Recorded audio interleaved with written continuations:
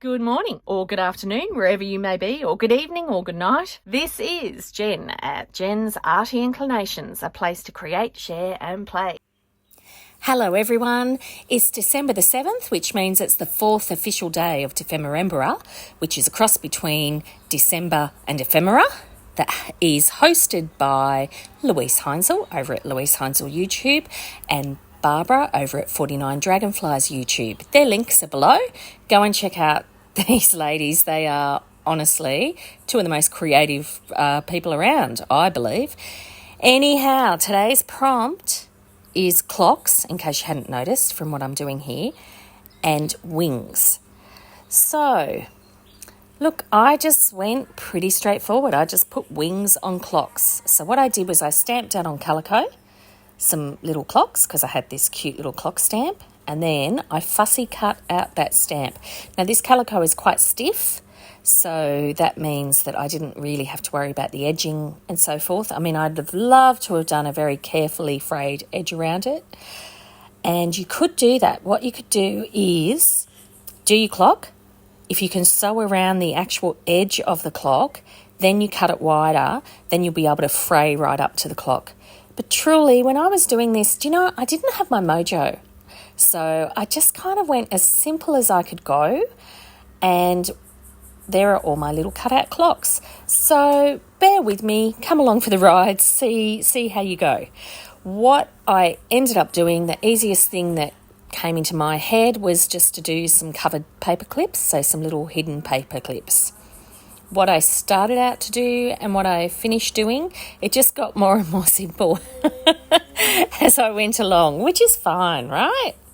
All right, so the process of a hidden paper clip is super simple. You just fold a piece of card in half. These I actually decided I'd give a little bit of extra stability by just taping them down with some masking tape. But then you pop your paper clips over that, and then you glue all over them, and you put a cover on top of them, and then you've got a hidden paper clip. So this is the basic structure. I won't bore you with having to go through the whole process individually, but you can see I'm just lining it up there, and then I'll smoosh another whack of glue over the other bit. And now I didn't measure anything. Now I don't normally measure with actual measurements. What I tend to do is measure pieces to themselves, because I find then you get the proportions done more easily. When I measure off a ruler, gosh, I get one measurement wrong and then the whole thing doesn't work. It's probably why I'm not a great pattern maker. I mean, I can do some things, but I really have to be in the right zone to get that really accurate. So I must say, though, I'm normally a bit more accurate than this when I'm measuring pieces to themselves. So I just trimmed it down afterwards. And that was fine. That worked, So I found another lazy way out, which is great. Anyhow, I decided I'd just do a little bit of random stamping over the top, just with a bit of a script stamp. And I actually went black this time because in my bubble frame, really I wanted black in the background of that, I think, to make it pop a little bit. So somehow that was in my head, and I already had the black out because that's my only waterproof ink, and so that was what I used on the calico.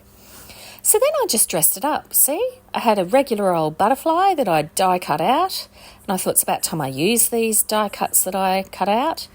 I popped that down. I just popped the blue strip of ribbon to make the clock stand out a little bit more, and then I used the clock as the butterfly body. And the little fob on it almost looks like a butterfly head. Now, that is, I think, pretty much it for this first one. Yeah, so that's the first one done. And I like the double paper clip because then it makes it really secure.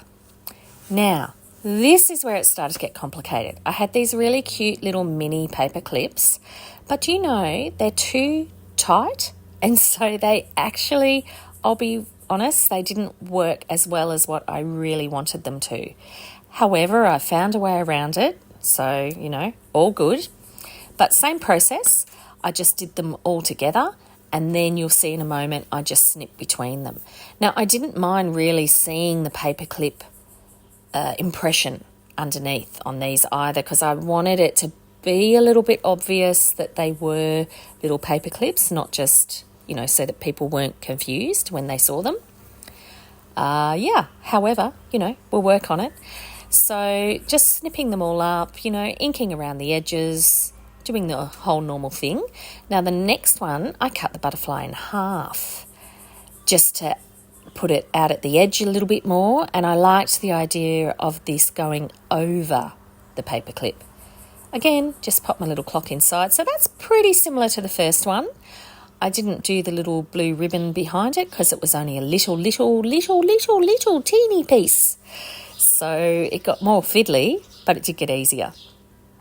So there we are. That was easy to sort of centre off and set up, and that was number 2. Now what did I do for number 3? Number 3 and 4 were pretty similar.